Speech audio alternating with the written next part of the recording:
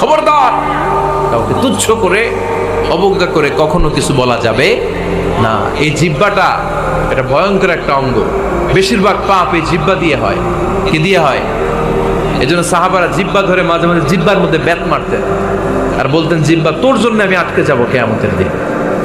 আমলিক আলাইকা লিসানাক, নিজের জিহ্বার মালিক নিজে হন। আপনার জিহ্বার মালিক যেন শয়তান না হয়ে যায়। জিহ্বা আপনার, শয়তানের ভাষায় আপনি কথা বলেন কেন? খবরদার, প্রতিটা কমেন্ট, প্রতিটা কথা, প্রতিটা মন্তব্য, এগুলোর ব্যাপারে কিয়ামতের দিন পাই টু পাই করে আপনার কাছে আল্লাহর সুপ্রিম কোর্টের কাঠগড়ায় দাঁড় করিয়ে আপনারা জিজ্ঞেস করবে কে?